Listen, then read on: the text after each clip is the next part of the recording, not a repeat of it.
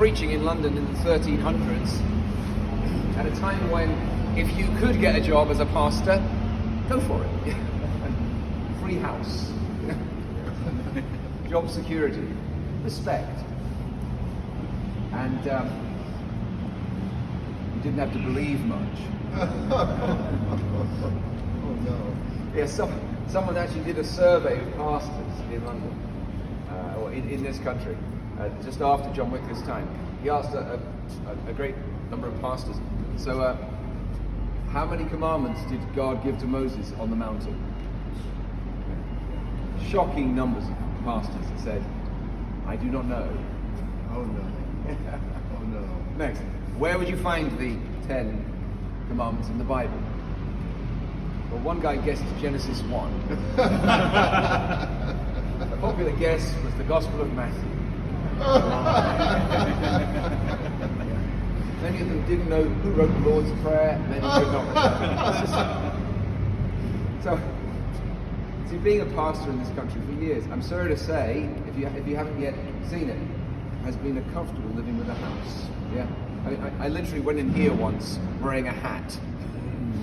With two of my sons, one of whom you just saw, and as I went in, a man came up to me wearing a long black dress and said, "Excuse me, is there a reason for your hat?" I said, "Pardon?" He said, "Hats in Judaism and Islam, not Christianity." So that is a man in a dress.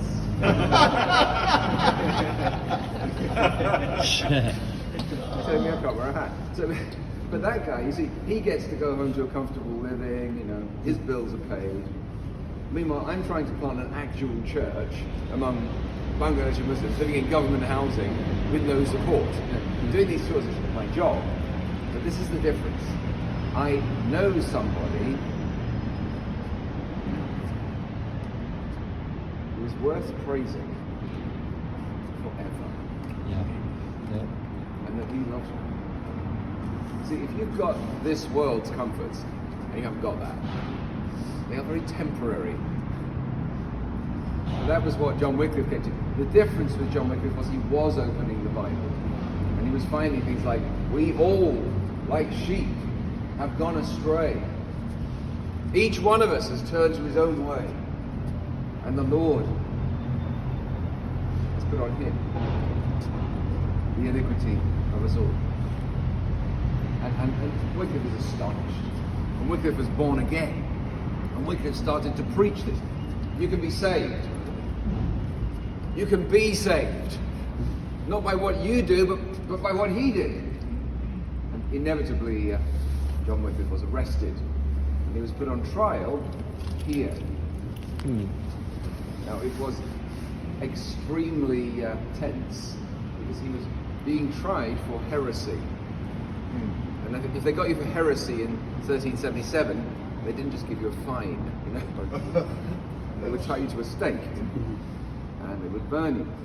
To make it even more tense, at the trial was John of Gaunt, who was the son of the previous king, and with him was Lord Percy.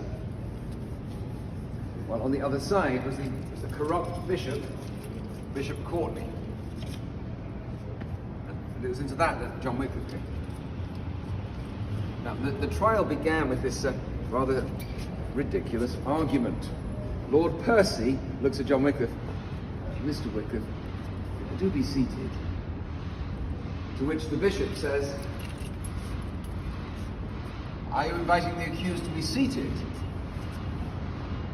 To which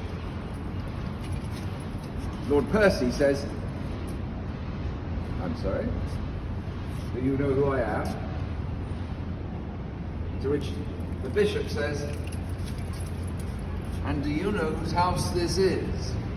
And the thing actually overflows into violence.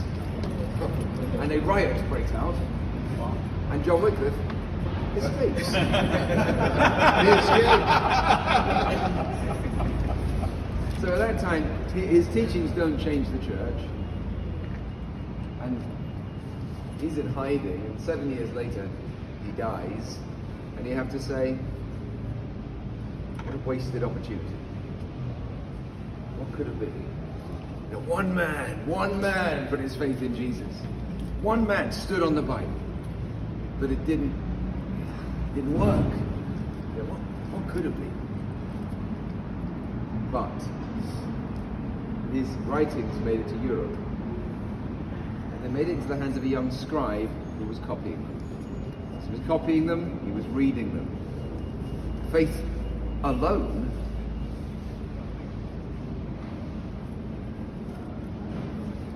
Christ alone,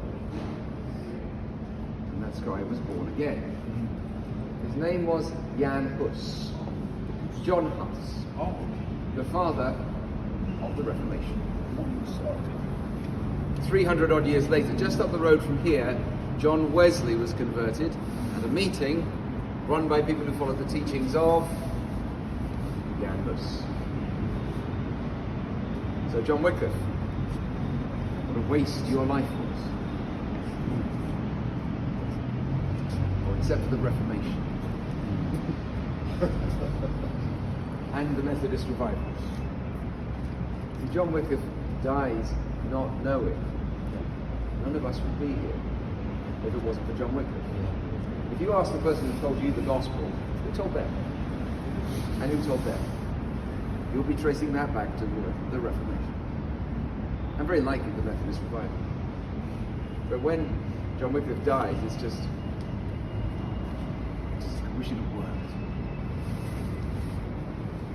But you were worth it.